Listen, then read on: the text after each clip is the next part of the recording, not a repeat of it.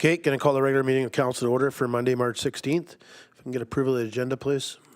Councillor Noxana. That the March 16th, 2026 regular council meeting agenda be adopted as presented. Seconder. Councillor Hoffman. All in favor?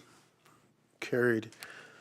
Adoption of minutes for March 2nd, 2026 regular council meeting minutes. Recommendation, please. Councillor Noxana.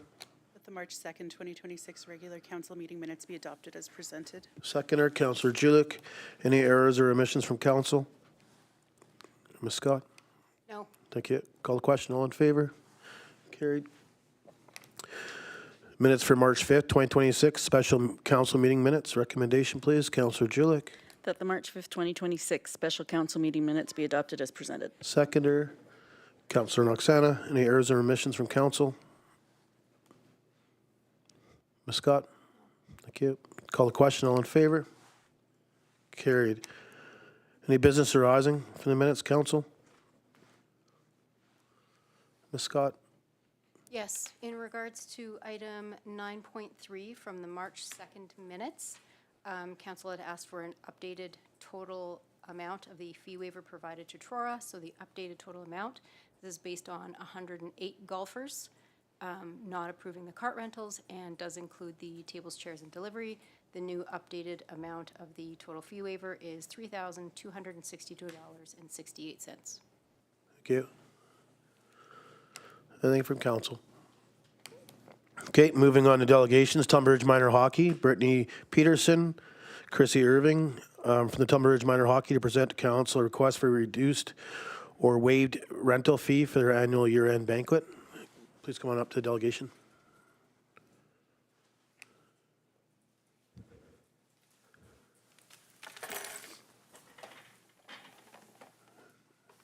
The floor is yours. Hello, my name is Brittni Peterson and I'm a board member for Tumbler Ridge Minor Hockey.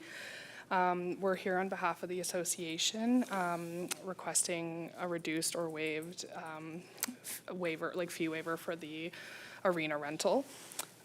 Each year we hold a year-end banquet and our AGM to recognize our players, coaches, and volunteers and to wrap up the season. It's always a great opportunity for families to come together and to celebrate the kids and everything that they've worked so hard for throughout the year. This year has been especially difficult for our community following the tragedy at the school, and many of our players and families have been affected. And like everyone else in town, we're still feeling that. We would like to make this year's banquet a bit bigger than usual, and not just an awards night, but a chance for families in the community to come together and support one another. We're asking council to consider reducing or waiving the arena rental fee for the event, and as a nonprofit run by volunteers, any money we save goes directly back into supporting our youth programs and helping make the event accessible for families. Minor hockey is an important part of our community, and we appreciate the support the town continues to show our kids. Thank you for your time, and we're happy to answer any questions. Thank you. Any questions from council? Councillor Noxana. Thank you. Thanks for coming in. Do you know approximately how many hockey players were registered this year for TR Minor Hockey? 103. 103. Thank you. Follow up? Good. Any other questions from council? I don't have any. Thank you very much for coming in. I think it's a pretty straightforward request, and it's been added later in our agenda. Thank you to the board for everything you guys are doing with those young adults and young children, the youth, and it's great to see the tournaments that happen this year and stuff, and you guys are doing a great job as a board, as volunteers, so appreciate everything you guys are doing. Thank you. Thank you.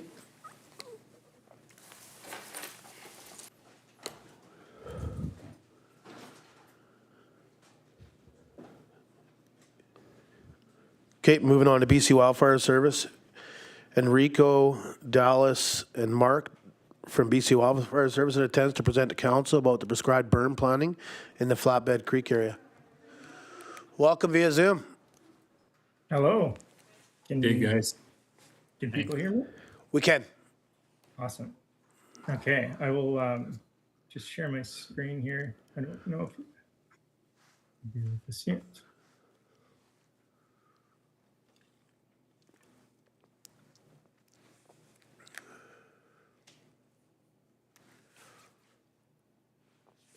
Okay, and are you able to see my screen? We are. Okay. Is it the one with just the slide, or do you see all the notes too? No, just maps and the Perfect. notes there Okay. on your slide there. Yeah, awesome. Okay, so yeah, first I'll just say thanks for the opportunity to speak here before council. So we were asked by Brian Robinson and Chief Curry to speak on some of the work we've been undertaking with them around prescribed fire and planning around Tumbler Ridge. So I'll just introduce myself. My name is Enrico Fionda. I'm the prevention officer for the Prince George Fire Center, and I work out of Fort St. John. And I've spoken here at a council meeting before, it was maybe a year or so ago, about some of the prescribed or the prevention funding available to the community. So we also have Dallas, and Dallas is out of Dawson Creek. He's the wildfire technician. And so Dallas, it'll be his crews that would be helping to implement some of the burns here. And he's been helping to conduct some of the planning as well. So he's kind of our local BC wildfire contact. And then Mark Dyer is the third person here. So Mark's out of Prince George.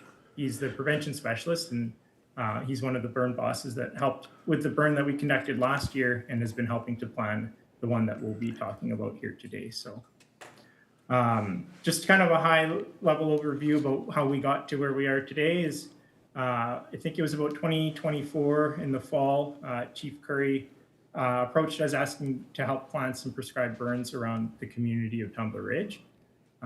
So the three of us went out, we looked for some sites that would seem reasonable to burn, looking under two objectives. The first one would be for joint training with the fire department and for BC Wildfire. There's a ton of value in conducting these types of activities as a training event between the two kind of organizations, and helps us prepare in case there was a wildfire. We know how to work better together. We know how the equipment works well, and help build that kind of teamwork. So that was one of the main objectives. And then the second objective is to obviously reduce some of the wildfire risk or the hazard around the community.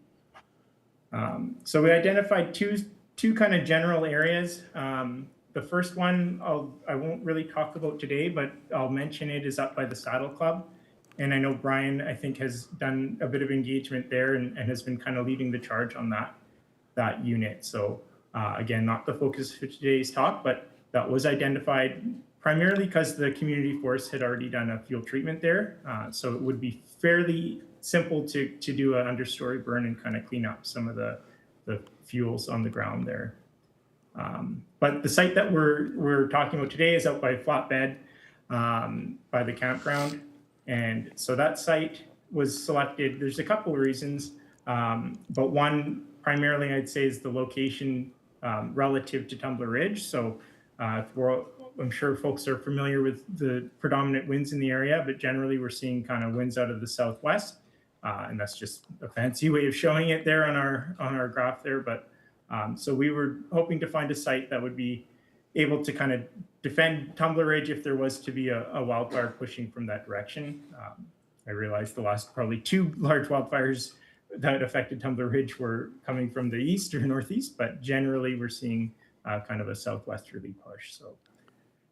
So the campground area was also surrounded by quite a bit of grass, pretty high actually when we went out there in the fall, and we've been back a couple times since. So the fuel loading there from a flashy fuel load was quite high, and just recognizing there's potential for starts with the ATVs and also the campground itself. So that's kind of where we decided would make the most sense to focus for a burn with the fire department.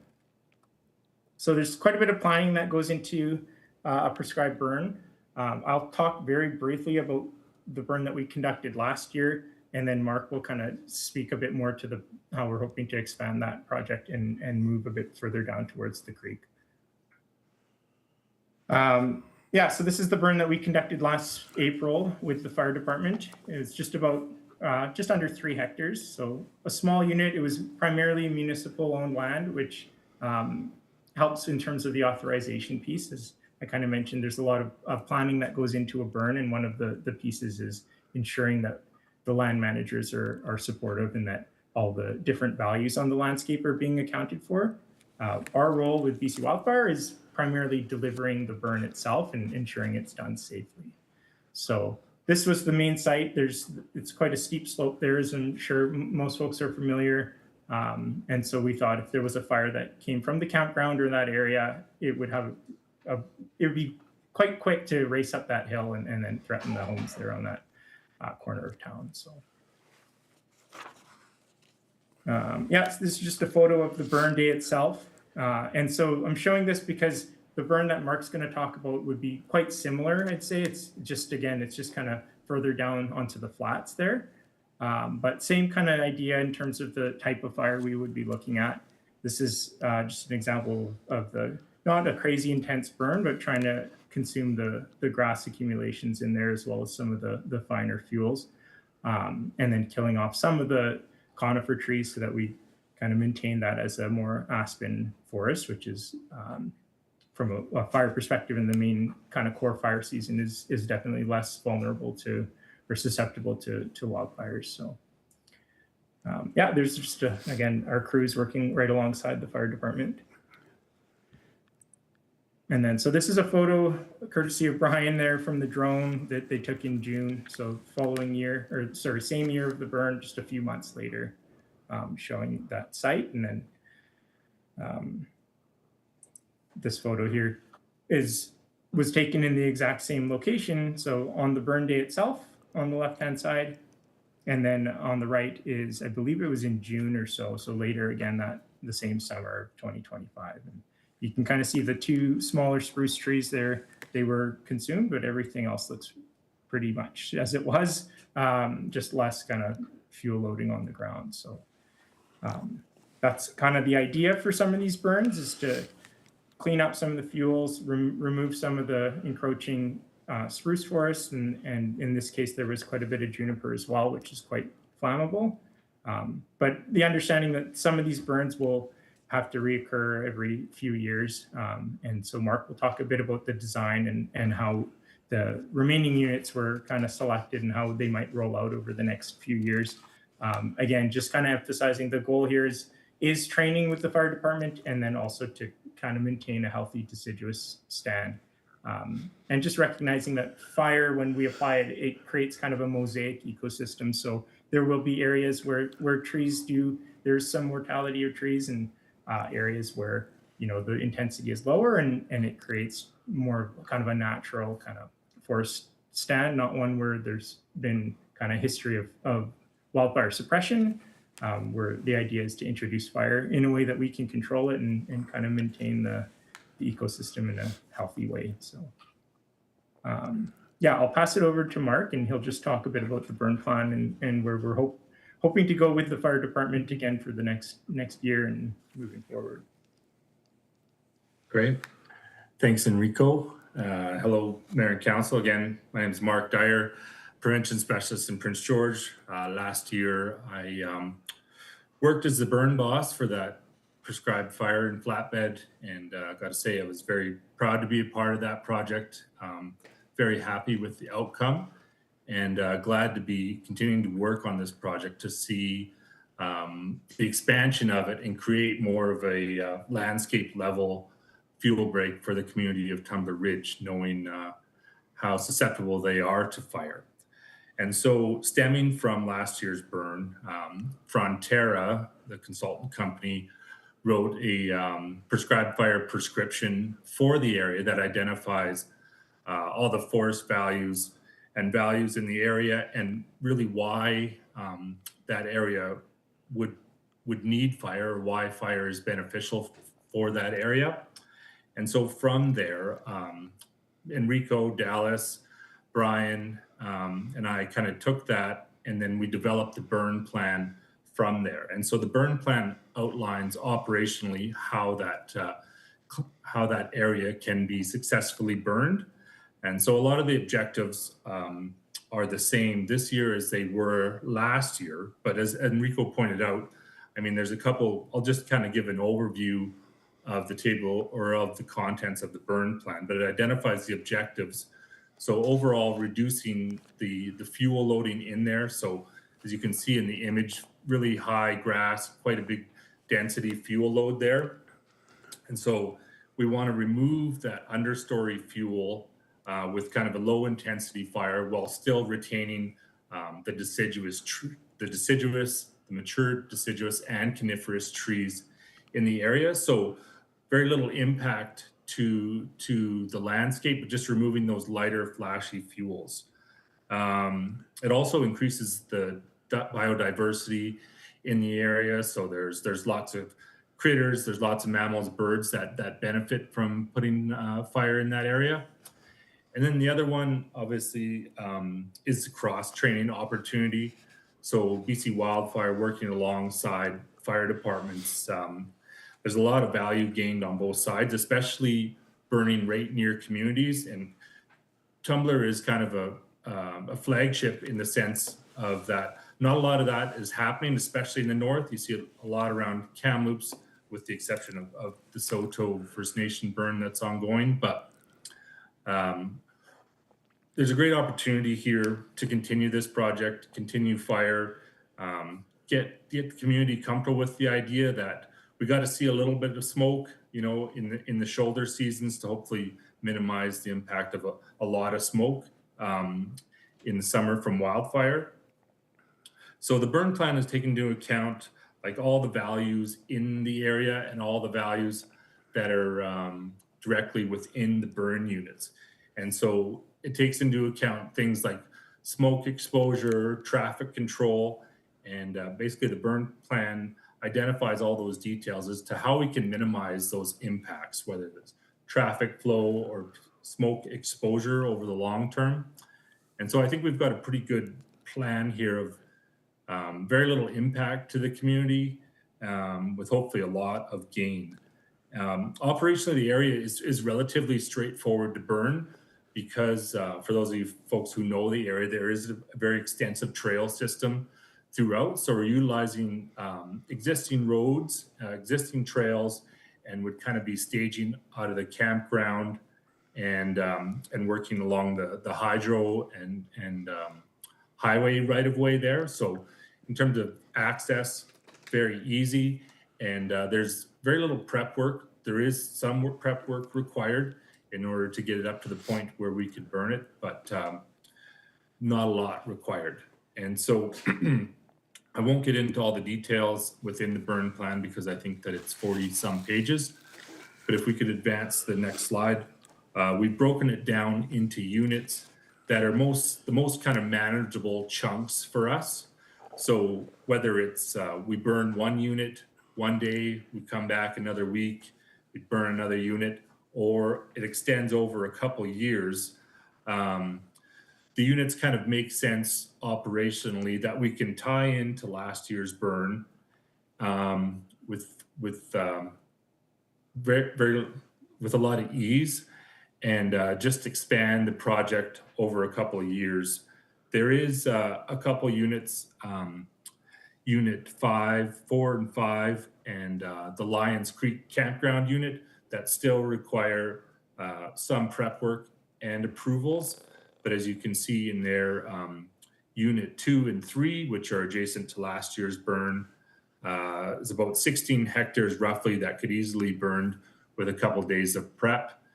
And then succeeding down the line, once approvals are in place, the project would expand and hopefully we'd equate to about 37 hectares of prescribed fire and manually treated fuels near the community of Tumbler Ridge. So if there's any questions, or Enrico, if you want to add anything in closing, that's kind of the overview of the project. Awesome. Thanks, Mark. Yeah, I don't really have anything to add. Just that we're working pretty closely there with Brian, especially for the municipal loan, so around the campground itself. He's doing a lot of the work there, and then certainly been helping with a lot of the engagement. So I'd say like we're keen to help deliver these burns as much as the community wants them. But if we recognize like this is right next to people's houses and it is in the community, so we're in no way trying to push prescribed fire. We want to support it, I guess, as the community wants it. So there's a ton of advantages to doing it, but recognizing there is smoke, and it will look slightly different after is just the reality of prescribed fire. So that's all. Just kind of end it there. All right, well, thank you very much for the presentation. Council, any questions? Comments? Councilor Jilek? Thanks for the presentation. I appreciate the pictures and stuff because my brain can't imagine the things. I really like the before and after pictures of the other, like the other burn. I have to admit I'm surprised to look at the difference. It's not like I haven't been to a fire site afterwards. So when I look at those sizes, I'm definitely have some apprehension. At the same time, remembering how the last, like the burn unit 1 went, I'm actually not as concerned as I may have been. So for me, I feel like you guys are the professionals. I feel like the town actually embraced the last burn pretty well. So I think if we're able to get the information out there again, and you guys are as smart as you were the last time, that's not the right phrasing, my brain's not working. If you guys are as skilled as you were last time, I think it would be good. Thank you. Councilor Noxena? Thank you, and thanks for the presentation. It was a lot of great information. Is the plan to go through the sections of burn in numerical order, so like 1, 2, 3, 4, or it just depends on conditions? So they're labeled on here like burn unit 3, burn unit 2. Would conditions depend on which one goes when? Yeah, I can answer that. And so ideally, we would start with unit 2 and 3, but it all boils down to the conditions of the day and where the wind is coming from. And so a lot of things are taken into consideration on the day of, but primarily it's the indices, how dry things are, as to what extent the size of the unit is going to be, and then whether or not we can have appropriate control lines in to meet that, and then obviously where the wind is blowing. So in a perfect world, yeah, they kind of would go in that order, but wouldn't necessarily say that on the day of the burn that's how they would go. Hello? I have a second question. Yep. My second question, I guess, is would they be back to back? In an ideal world, conditions are perfect. Would you burn day 1, 2, 3, or would you burn, extinguish, mop up, burn, extinguish, mop up? Yeah, and that one depends on the availability, not only of our BC Wildfire staff, but to gain the most working with the fire department and understanding that a lot of their members are volunteers. And so last year we did it on the weekend to capture the most people to maximize that training opportunity.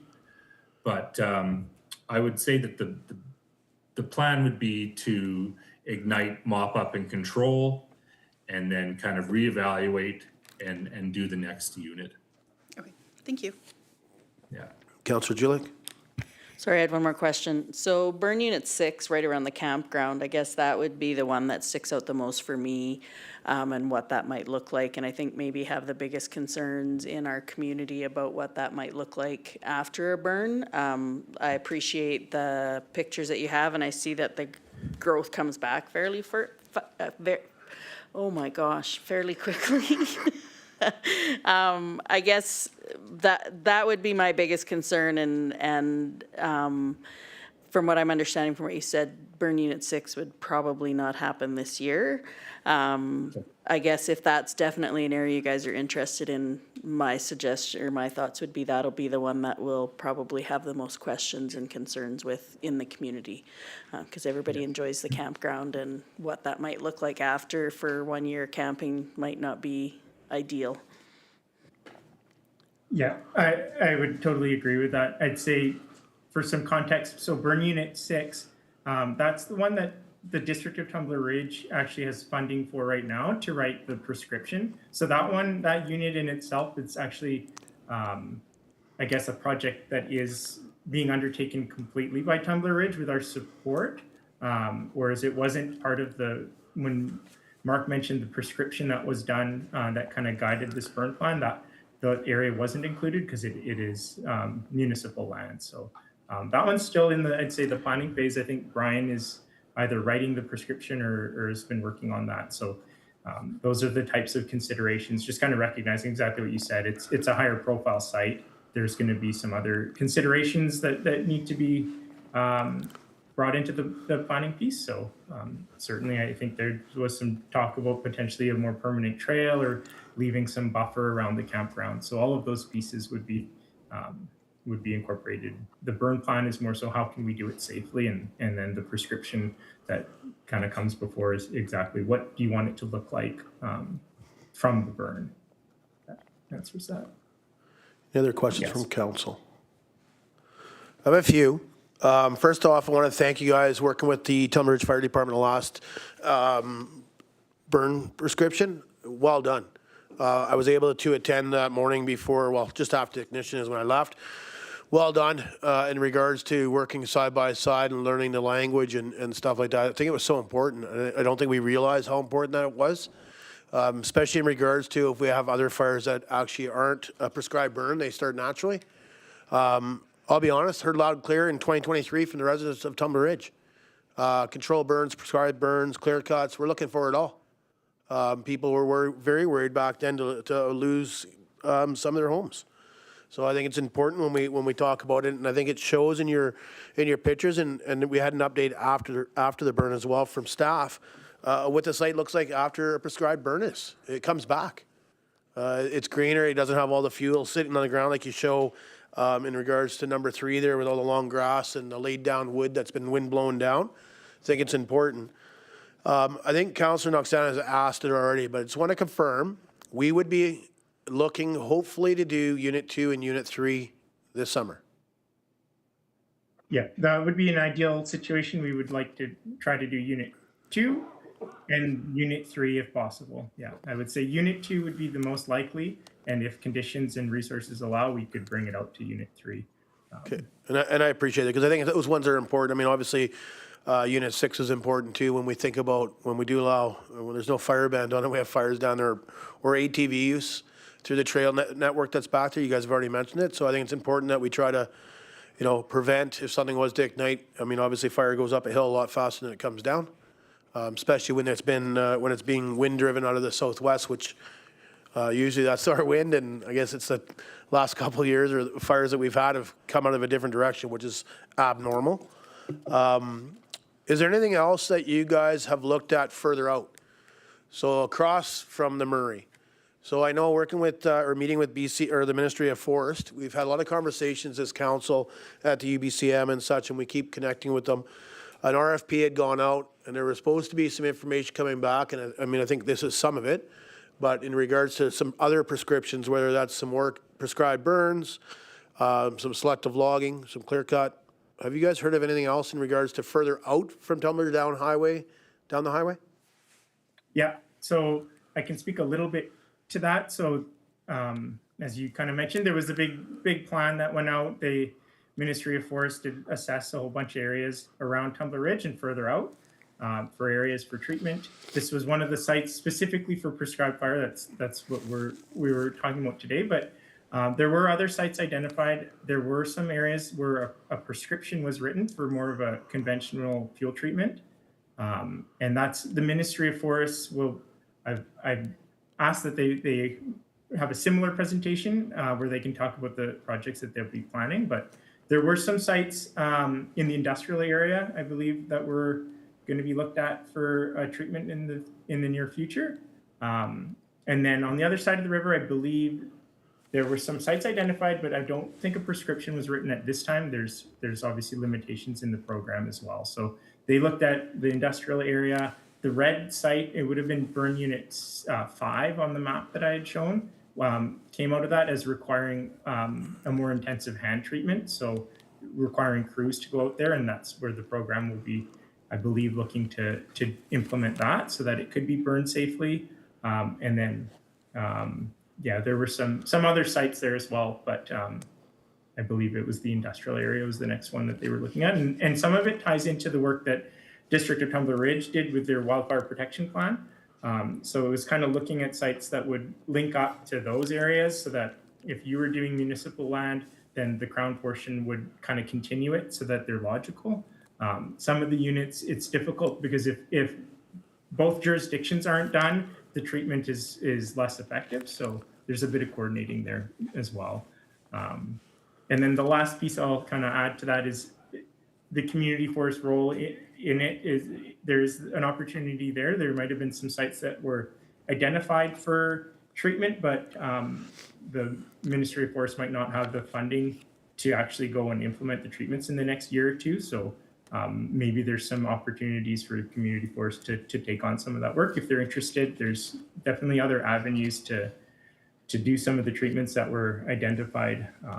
But yes, we'll mention it to the Ministry of Forest. It's Melanie Webster is the contact. I think Christine Taylor had done some work in the community as well. She's no longer with the program, but it's on the radar to do a similar presentation, talk about what the work they have planned around Tumbler Ridge. Perfect, thank you.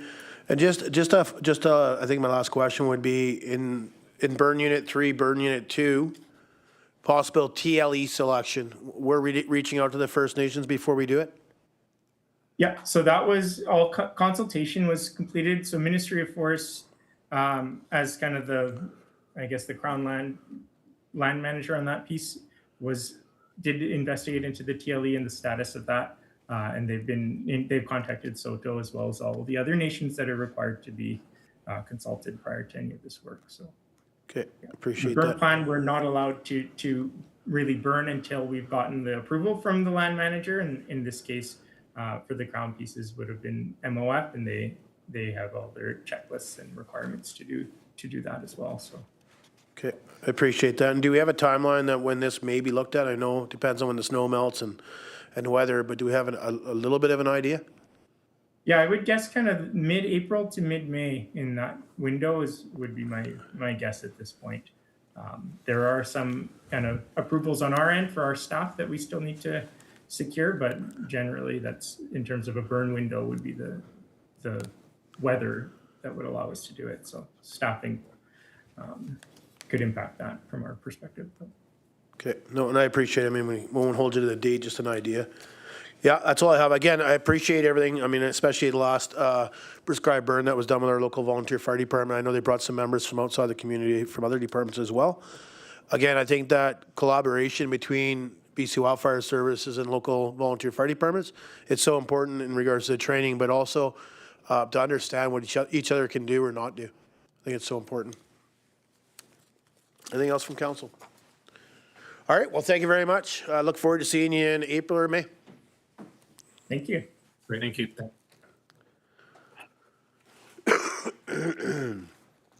Tumbler Ridge Public Library, Zachary, Schoenberger, Amber Bell, and Paula Coutts.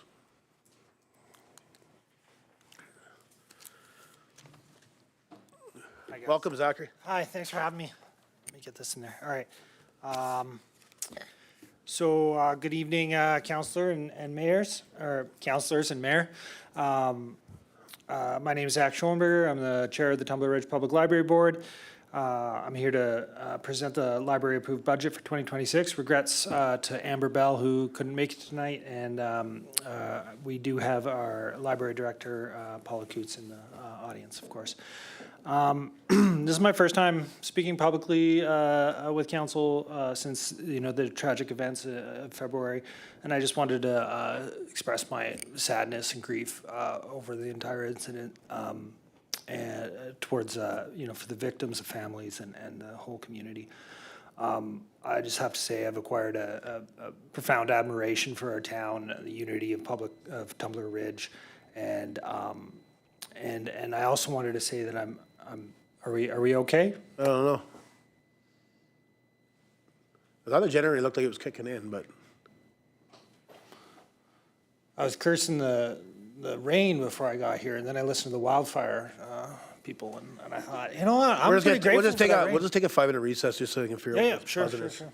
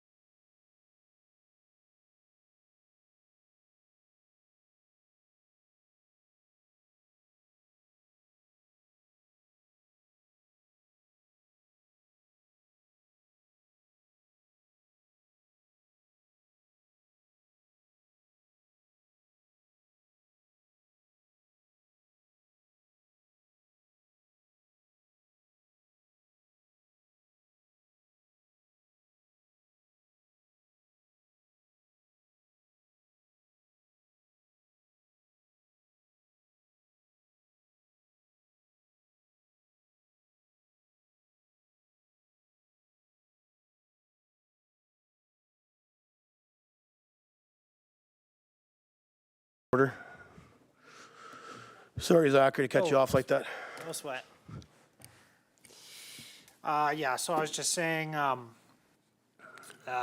was speaking about the events of last month and expressing my sadness and condolences. And I also wanted to say that I've developed quite a sense of pride in the staff or for the leadership of Tumbler Ridge as well. I'm very impressed with Mayor and District Council, and I wanted to express my gratitude for your guys' service in this time. You weren't asked to step up to such an event, and you did, and I really appreciate it as a citizen of Tumbler Ridge. So thank you for that. I want to also express an equal sense of pride in the staff and the leadership of the library as well. Over the past month, I've been at the library several times a week, and so I've seen what the staff are going through. I've seen what the librarian is going through. Their professional responsibilities interface directly with the community, and so they've been called upon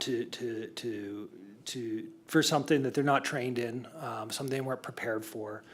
And the scope of magnitude of it is just it's blowing me away. I'm quite taken aback by how much they've had to take on. They were there at the community center when the high school was evacuated. They helped distribute blankets, provided support to victims, just moral support. They were bystanders, but it was very impactful and quite honestly traumatizing on the staff. And I can see it in their faces, the exhaustion, the emotion still there, of course, and I just have to say thank you to them as well for their service and their courage at this time. I really appreciate them. Let me keep going here.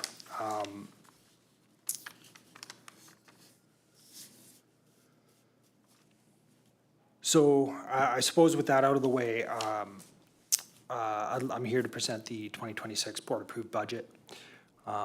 My apologies for a lack of visual aids or handouts. We were just time has been very hard to come by lately, and so the quick turnaround meant that we aren't quite as prepared as previous years, and so my apologies for that.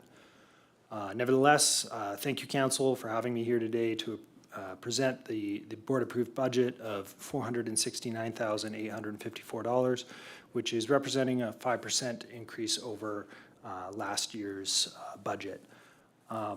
Although inflation has moderated somewhat over the past year, there are several factors that have driven up our bottom line. The first is cost of books and materials, which has been unduly impacted by tariffs. The second is cost of implementing a Starlink service, which we had to do during the last internet outage to keep up with our connectivity needs. And that has certainly improved our connectivity, but it's also costing the library an additional $3,000 a year to run the Starlink. And then we were hit with another cost, which was database vendor, which historically has provided database services to the library for free, decided to start charging this year, and so now we're on with a $4,000 annual bill from a vendor that you can see has hit one of our lines in the budget. And these are in addition to the costs that have been going up over the years, including the minimum wage and insurance premiums, extended benefits, all these things that just keep creeping upwards. So all that to say that the increase in budget does not reflect any increase in services, that it's the same services moving forward. They're just costing us more than they did previous year.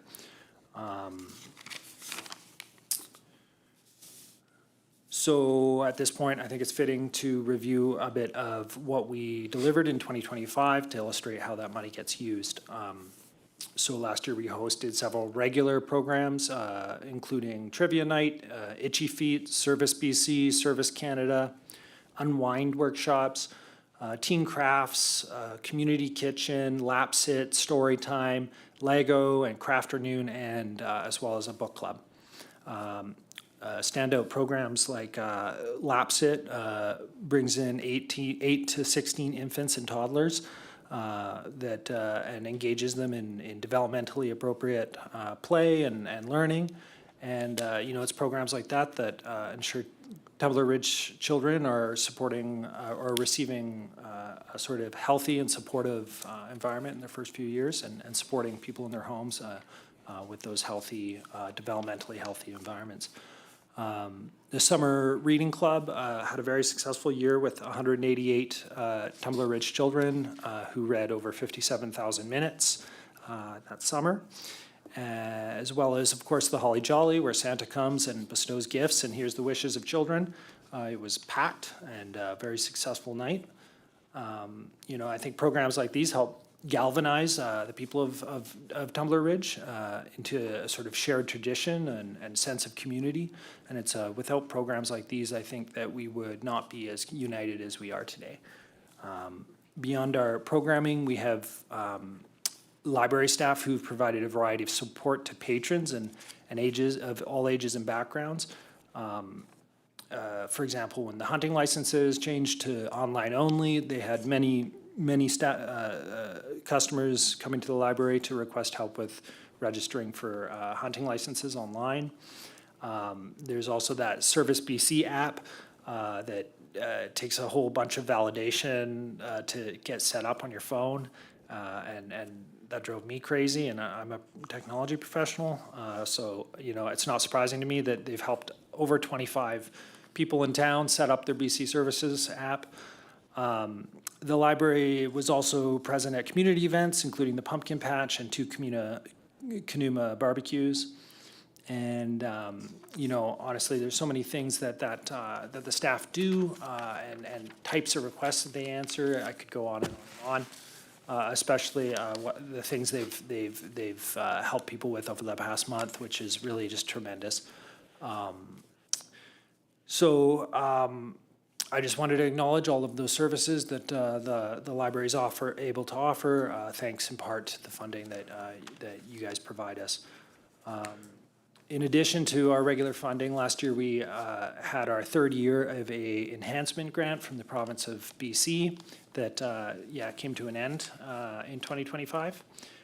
Through that grant, the library purchased and installed RFID tags to books, enabling self-checkout stations, which freed up staff to be able to assist clients with reference questions, printing, scanning, faxing, computer, phone access questions, all sorts of things, as well as allowing clients the ability to sign out books confidentiality, which is a crucial thing in the library. In 2025, the final year of the grant, the board asked the librarian or the library director to find a sound booth, to look into the idea of a sound booth. And we had a few discussions about it between the board and the librarian. We ended up settling on a 4-person pod. The pod brand is called a Loop, and that's actually made by a company out of Edmonton. We ordered it, set it up with volunteers, and it's been almost constantly in use since we got it. There's often a wait list to be able to use it, and I think like anybody in Tumbler Ridge knows the value of privacy, and when we can get it, we take it. So people have used it quite extensively. It's a big success. Additionally, we used funds to redesign the children's area. They added portable wood shelving arranged in sort of an interdispersed seating area that gives caregivers and children an ability to sit among the books and have like a kind of quiet space kind of within the books. If you've been in there, it's quite cozy and attractive. And my kids used it, and I find the space works really well. So those are some big improvements that we got out of that grant. We appreciate the province for providing it. So looking forward to 2026, we're running with the same level of service, navigating very complex needs from the community, and looking forward to another good year. So I'm here to take your questions, and so is Paula. I'm sure some questions I can't answer, but I'll try my best. All right, Thank you very much. Thanks very much for your presentation, Zachary. Questions? Councillor Knoxana. Thank you. I see that the Young Canada Works grant is at 0 for this year. Would that be like a seasonal employee or a summer worker? And will there be summer students? I know they're sort of a staple in programming. As a board, we haven't discussed that, but it's a question I could ask Paula. What's Paula, if you want to just join up here, just so we catch you on the mic, please. You've just forgotten, Zach. Pardon me? You've just I've just forgotten. forgotten. Oh, that's a surprise. Yes, we will have summer students. A couple of years ago, the government decided that they were going to no longer consider us to be a nonprofit because of the amount of funding that comes from the district. And so it means that we only get 50% of the minimum wage amount back, rather than the higher amount that we used to get. Also, we no longer get the MERCs back. We used to get back any of the CPPEI, all of those costs that we used to spend. So it, at this point, is not cost beneficial to get the Young Canada Works grant. What happened is Canada Summer Jobs and Young Canada Works sort of swapped their policies, and we became almost ineligible for Canada Summer Jobs, which was our favorite, and we switched over to Young Canada Works, and it just doesn't work for us.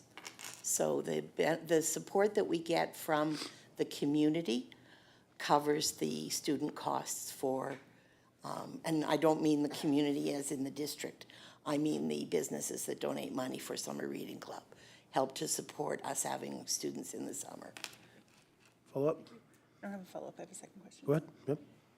And this might be a staff question. Will we have some library actuals before we deliberate in budget? Yeah, no, that'd be the delegation. We're just looking for your 2025 actuals or draft actuals. The actuals come from the auditor, and the auditor has just been hired, so we should have something in the next couple of weeks. Thank you. Any other questions from council? Well, Councilor Noxana took a couple of my questions, but that's all right. So your increase is $22,374. Can you explain where that is? Within your budget? Yeah. I got the budget right here. So we have an increase of $4,000 on the line of communications, phone, fax, internet. That is the Starlink bump there. And then we also have the vendor, which I believe went into the consulting and professional services computer. And that's, a significant bump there. That's about 6,000. So we're at 10,000 right there. So that's those two issues that I brought up, the vendor and the Starlink. And then the rest is probably employer costs, if I look closely. And the PR and programming, what's the, remind me, is that books, yeah? Books. Yeah, and books. And it's also the additional cost. Insurance has gone up. We have insurance for the contents of the building, which went up and has been going up since the wildfire. Everybody's noticed that. Their insurance is going up. And our director's insurance has also gone up. And as Zach said in his presentation, we've also got extended benefits that go up every year. Just as everything else has been inflating, so have the extended benefits and our costs for those. Remember that we're a really small company, so that we're considered by the number of employees. Your insurance for extended benefits goes down when you have more employees paying into that pot, right? And we don't have very many paying into that pot. And those are the other kind of costs, just regular business costs that continue to increase.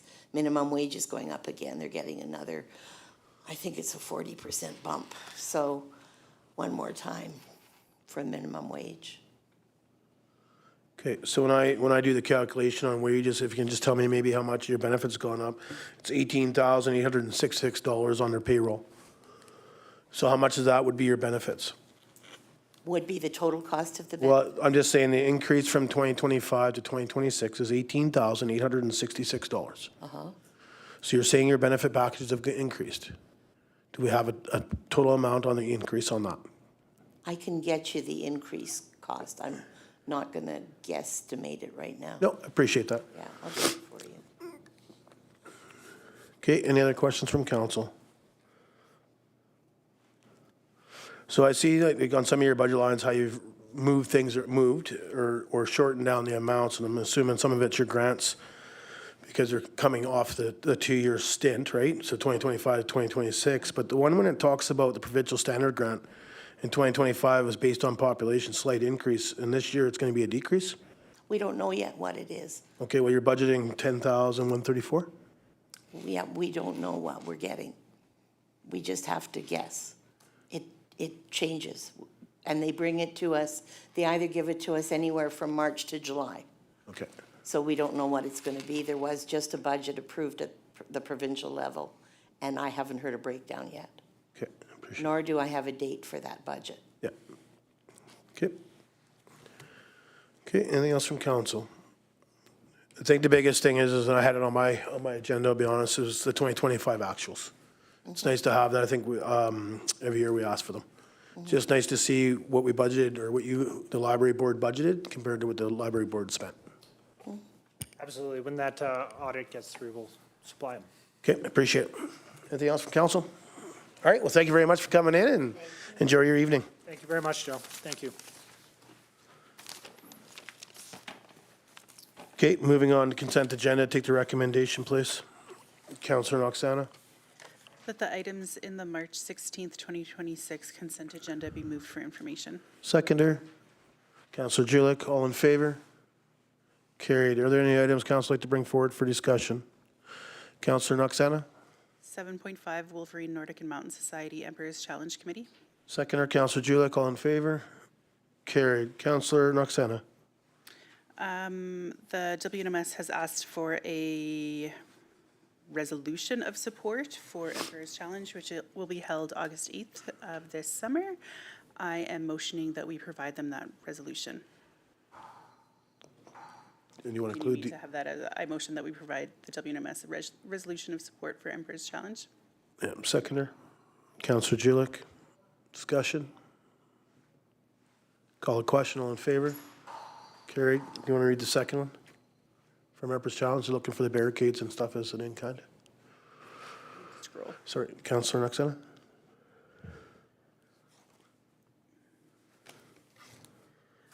I'm motioning that we provide the in-kind support, traffic barriers. It says traffic barriers, et cetera, but I'm assuming that's tables, porta potties, chairs. I think we just supply them. Ms. Scott, do you know what we supplied them last year? I don't know everything we supplied, no. Maybe just do the same as last year. Oh, Councillor Julik. It says here in previous years, so I would think that they're just looking for what we've had before, so. I think we did porta potties. Yeah. That's why. So I think we just do whatever we supplied last year, maybe, right? Yep. Then we know. Motioning that we provide them with what we supplied last year, With in-kind. in kind. Seconder, Councillor Julik. Discussion, sorry. Call the question, all in favor? Carried. Are there any other items council like to bring forward for discussion? Okay, moving on to new business, EO-11, request for birthday anniversary recognition policy for adoption. Report dated March 16th from the Executive Assistant CEO, Mayor, and Councillor regarding the request for birthday anniversary recognition policy for adoption. Recommendation, please, Councillor Julik. That council adopt EO-11, request for birthday anniversary recognition policy. Seconder, Councillor Oksana. Discussion. Call the question, all in favor? Carried. Appointment of Chief Election Officer, report dated March 16th, 2026, from the Executive Assistant to CAO, Mayor, and Council regarding the appointment of a Chief Election Officer. Recommendation, please, Councillor Oksana. The council appoint Adriana Alves, Director of Corporate Services, as the Chief Election Officer for the 2026 general local election pursuant to the provisions of the Local Government Act. Seconder, Councillor Hoffman. Discussion. Call the question, all in favor? Carried. Volunteer Appreciation Week, report dated March 16th from the Chief Administrative Officer regarding Volunteer Appreciation Week. Recommendation, Councillor Julik. That council receives this report for discussion. Seconder, Councillor Oksana. All in favor? Carried. Councillor Julik. I appreciate the 4 options that are here, and I looked them over, and I don't know that I'm really hard set on any necessarily of them. I feel like when we discussed them, I don't know, like everybody was kind of maybe okay with all of them. If I was to pick one today, I don't know which one I would go with, honestly. I like the idea of the coffee and treats and a greeting from council. I just find that we haven't always been able to line that up for council to be there, whether it's for, you know, different commitments prior to or whatever that looks like. And so part of me wants to look like the free access to the community center for the Volunteer Appreciation Week. I don't know, I guess I was kind of looking to see if anybody else had something they were really leaning towards. Thanks. Just make one comment, just so everybody understands the brunch that still is still happening. This is extra. Any other discussion? Councillor Oksana? Can I make a motion? Yep. Depends what it is. Yep. Tumbler Ridge nonprofit and volunteer organizations be listed on the district's website and be spotlighted quarterly. Okay. And the council sponsors free access to the community center? Sure. And that during Volunteer Appreciation Week, the public can post thank you and acknowledgement of volunteers prescribed manner at the community center, and that council sponsors free access to the community center from April 19th to the 25th, 2026 during Volunteer Appreciation Week. Seconder? I'll second it. Discussion? Those are the 2 I was going to read. So Councillor Oksana, then Councillor Julik. Thank you. I purposefully did not do motion 4 because I agree. Sometimes adding in one more specific date is really hard to nail down, and I feel like everybody's had a lot on their plate, so adding more when we're already thinking of more budget meetings, more let's talk or get-togethers, it's just a lot right now. Councillor Julik. So I just want to confirm, because you said in addition to, so this means these would be the 3 things that we would do. Like this motion says that these would be the 3 things that we would do for volunteer appreciation. 2 things. We have added 2. Oh, sorry, 3. Yeah. Okay, so that would be all we were doing. And the brunch. The brunch is already on the table. It's not been taken off. That's what I was trying to get clarification on. Okay, Yep. thanks. Any other discussion? Call the question. All in favor? Carried. Any other options the council would like? Okay. Fee waiver request, Tumbler Ridge Minor Hockey. Report dated March 16, 2026 from the Executive Assistant to CAO, Mayor, and Council regarding fee waiver request, Tumbler Ridge Minor Hockey. Councillor Oksana. The council approves a fee waiver of $1,670.48 for the Tumbler Ridge Minor Hockey Association for their annual year-end banquet at the Community Center Arena on April 25th, 2026. Seconder, Councillor Hoffman. Discussion. Call the question. All in favor? Carried. Schedule of meetings. Anything from council?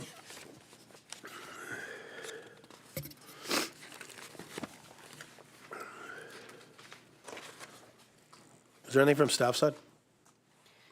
No, we will need to actually pick some budget meeting dates beyond March 31st, but I believe Councillor Bertrand and Councillor Norbury would need to be here to select dates that are going to work for everybody. So, no, just for council to keep in mind that we're going to need to pick a few more dates for budget. Okay.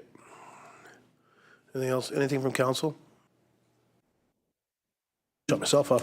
I am going to add a special meeting for March 30th. There's been some movement on the foundation. I think we need to get in front of council. While council's here as a whole, we're missing 2 council members. So that's why I'll be adding that. So I'll put a motion forward that we add a special meeting of council to March 30th at 5 p.m. Seconder, Councillor Oksana. Discussion, Councillor Julik.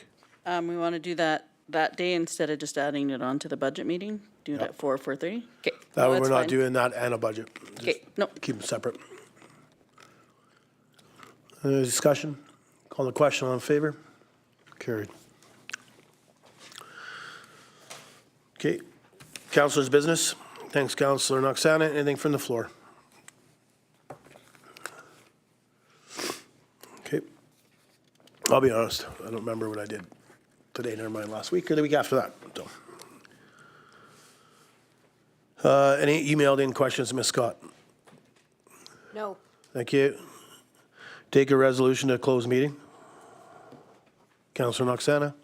That the March 16th, 2026 regular council meeting be closed to the public according to Section 90A, C, G, and J of the Community Charter to permit discussions about personal information about an identifiable individual who holds or is being considered for a position as an officer, employee, or agent of the municipality or another position appointed by the municipality, labor relations, C, labor relations or other employee relations, G, litigation or potential litigation affecting the municipality, and J, information that is prohibited or information that if it were presented in a document would be prohibited from disclosure under Section 21 of the Freedom of Information and Protection of Privacy Act. Seconder.